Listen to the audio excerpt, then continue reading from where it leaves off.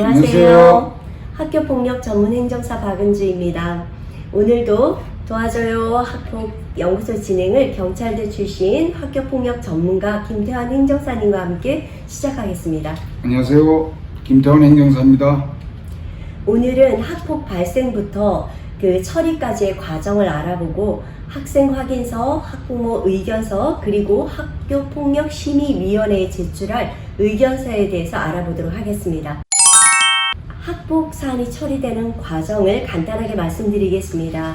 첫 번째, 학폭 신고가 접수가 되면 학교장에게 맨 처음 보고가 됩니다.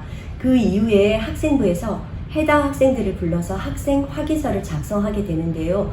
이후 부모님에게도 연락이 가서 보호자 확인서를 추후에 받습니다.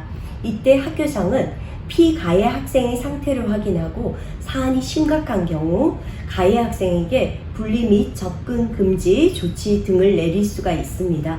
이후 교육청 전담조사관이 학교로 파견되어 피가해 사실을 확인하고 사안 조사 보고서를 작성하여 학교와 교육청에 보고합니다. 이때 학교장 자체 해결로 끝나는 간단한 사안은 학교 전담기구에서 학교장 종결로 끝을 내고 심각한 사안이면 교육청에서 학교폭력심의위원회가 열리게 됩니다. 행정사님은 학폭 신고가 되기 전에 그 학폭에 대한 그 전화 상담을 받아보신 적이 있나요? 네, 제가 가끔씩 받고 있습니다. 우리 아이가 이런 피해를 당하고 있다. 또는 우리가 이런 학교 폭력 신고를 당했다. 이런 어떻게 하면 좋으냐 이런 전화를 받고 있습니다. 네. 근데 제 생각에는 뭐 아주 심각하거나 긴급한 사안이 아니면 그 아이들끼리 뭐 사과할 일이 있으면 사과를 좀 하고 서로 만나서 좀 대화를 해보는 것도 좋은 방법 같은데 어떠세요? 그게 제일 좋습니다. 네. 예, 제가 경찰 생활을 할 때도 네. 서로 분쟁 당사자들끼리 합의를 통해서 해결하는 게 가장 좋다고 생각했고요. 네. 학교 폭력도 마찬가지로 학생들 사이에 서로 사이좋게 합의를 하고 또 학교 생활 열심히 하는 게 제일 좋죠. 네. 근데 또 어떤 경우에는 그 사과받는 것 자체로는 부족하다. 또 진심 어린 사과가 아니다라고 하는 경우도 있고 또 오히려 상대방이 사과했기 때문에 뭐 무조건 잘못했다라는 식으로 그 주장을 뒷받침하는 증거로 사용될 때도 있더라고요. 네, 그런 경우가 있습니다. 네. 이게 학교 폭력에서 사과하는 것이 무조건 좋다 이런 건 아니고요. 네. 사과를 했는데 네. 만약에 그 사람이 당사자가 이 학교 폭력으로 신고를 한 경우에는 네. 학폭위로 가서 그 사과한 것을 네. 이용을 할 수가 있습니다. 그래서 학교폭력 전문 행정사들은 그 의뢰인에게 사과를 갖다 권하기 전에 자세히 그 사안을 살펴서 조언을 하는 게 중요하고요. 그 다음에 이 사과가 나중에 학폭위에서 우리에게 이렇게 불리하게 작용할 수도 있으니까 어쨌든 이 자세히 살펴서 조언을 해야 된다. 저는 이렇게 강조드리고 싶습니다.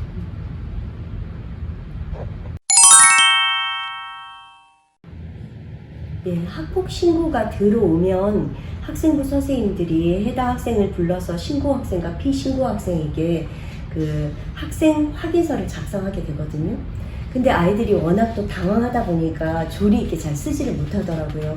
그래서 여러 번 그 형식에 맞춰서 쓰게 하느라 굉장히 애를 많이 먹습니다. 그러고 나서 이제 보호자 확인서를 작성하게 되는 거죠. 네네. 그 아이들이 그 미성년자이기 때문에 진술에 대한 어떤 확인이 반드시 필요합니다. 그때 이제 보호자 확인서를 받아야 되는 거죠. 보호자 확인서 내용이 많을 때는 첨부해서 추가로 제출할 수도 있습니다. 행정사님, 네. 보호자 확인서 작성할 때 문의 전화가 많지 않나요? 네.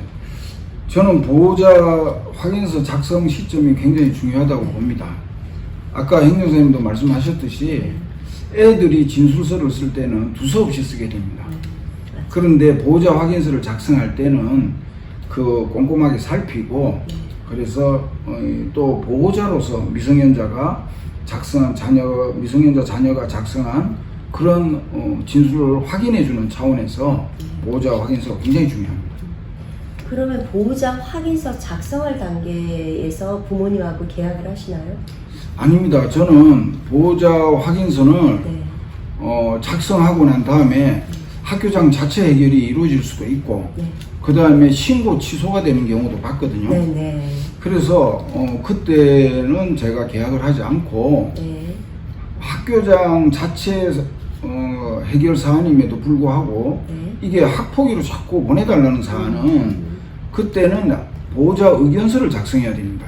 그때 보호자 확인서 외에 보호자 의견서를 작성할 때 그때 계약을 하고 있습니다.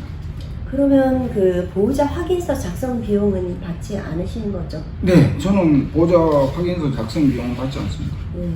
행정사님도 그렇지 않나요? 네네. 저도 보호자 확인서는 그냥 써드립니다. 사실 그 자녀가 학폭에 연루됐다는 전화를 받으시면 굉장히 당황하시게 되죠. 사실 제가 교사인데도 그 아이 일로 담임선생님하고 통화하는 일이 굉장히 어렵거든요. 그래서 뭐 좋지 않은 일로 학교 전화를 받는다면 또 그런 부모님들의 마음이 충분히 이해가 되거든요. 그래서 그런 마음에서 저는 보호자 확인서를 그냥 써드리고 있습니다. 그렇죠. 보호자 확인서가 저희들 같은 학교폭력 전문가에게는 그렇게 작성하는 것이 그렇게 어렵지 않아요. 그러나 학부모님들은 처음 이렇게 학폭을 경험하게 되는 경우 보호자 확인서 작성이 쉽지 않습니다. 네, 보호자 확인서 작성을 어떻게 해야 되는지 행정사에게 물어보시고 그 다음 단계 말씀해 주시죠. 그 학생과 보호자 확인이 끝난 다음에 교육지원청에 보고를 합니다. 그러면 이제 이후에 교육지원청에서 전담 조사관을 파견해서 그 해당 학생 진술, 또 목격 학생 진술, 그 다음에 뭐 필요한 경우는 그 부모님들 면담, 그리고 뭐 교사들이나 학급 아이들에게 이제 전체 설문을 또 돌리기도 하거든요. 이렇게 이 조사가 이루어지고 난 다음에 사안 조사 보고서를 작성하게 됩니다. 대체로 경미한 사안인 경우는 그 학교장 그 자체 해결로 간단하게 끝이 납니다. 학교장 자체 해결권에 대해서 간단히 말씀드리겠습니다. 학교장 자체 해결권이 되는 경우는 2주 이상의 신체적, 정신적 치료를 요하는 진단서를 발급받지 않은 경우입니다. 재산상 또 피해가 없거나 피해가 즉각 복구되거나 복구 약속이 있는 경우, 학교 폭력이 지속적이지 않은 경우, 학교 폭력에 대한 신고, 진술, 자료 제공 등에 대한 보복 행위가 아닌 경우입니다. 학교에는 학교 폭력 전담 기구가 있거든요. 거기서 학교 자체 해결권인지 아닌지를 심의하게 되는데 심각한 사안이거나 그 피해 학생 측에서 심의위원회를 요청을 하게 되면 그때 교육청으로 넘어가 학교 폭력 심의위원회가 열리게 됩니다. 그때는 반드시 부모님과 학생이 참석하셔야 하고 그때 제출하는 그 자료가 그 학부모 의견서 이때 제출하시면 됩니다. 네, 맞습니다. 이때 작성한 학부모 의견서 뭐 그게 이 조치 결과에 아주 중요한 영향을 미치기 때문에 학폭 전문가에게 의뢰하셔서 도움을 받으시면 좋겠습니다. 그럼 학폭위에 제출할 학부모 의견서 작성하실 때 어떤 특정한 양식이 있나요? 양식은 없고요. 네. 그게 제 경험으로 전문 행정사나 또는 변호사가 자기의 취향에 맞게끔 글의 구성을 하고 있는데요. 중요한 것은 심의위원들에게 더 효과적으로 어필할 수 있는 이런 어떤 글의 구성이 필요할 거고 요 최근에는 이 전담조사관이 생겼잖아요. 전담조사관이 조사한 내용에 대해서도 학부모님이나 학생들이 하고 싶은 이야기가 있을 거예요.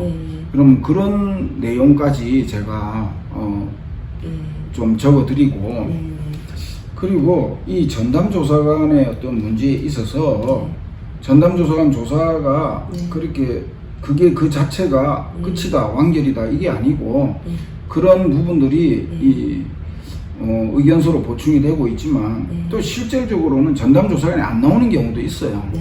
안 나오는 경우도 있고 또 현실적으로 너무 강압적이다든지 등 허점도 있고 그래서 이런 면들에 대해서 뭐 여러 가지 좋지 않은 부분도 있는데 우리 행정사님 의견은 어떠세요? 예, 아무래도 올해 3월에 처음 시행이 됐잖아요. 그러다 보니까 이제 조사 방식이라든가 또 그 전담 조사관의 어떤 특성에 따라서도 약간 차이가 보일 수 있을 맞습니다. 것 같아요. 그래서 아이들의 진술이 불리하게 적용될 때도 있을 것 같거든요. 네네. 그때 이제 저희 같은 그 행정사의 조언이 좀 필요할 것 같습니다. 맞죠. 예, 전담 조사관 활동에 대해서는 다음 편에 자세히 알아보겠습니다. 전직 경찰과 전직 교사가 꾸미는 도와줘요 학폭 연구소는 많은 아이들의 교육과 선도를 해온 현장 경험을 살려 그 학폭으로 힘든 학생과 부모님들에게 현실적인 도움을 드리도록 노력하겠습니다. 그리고 저희 유튜브를 보시고 그 상담 문의 주신 부모님들께 감사드립니다. 같이 할까요?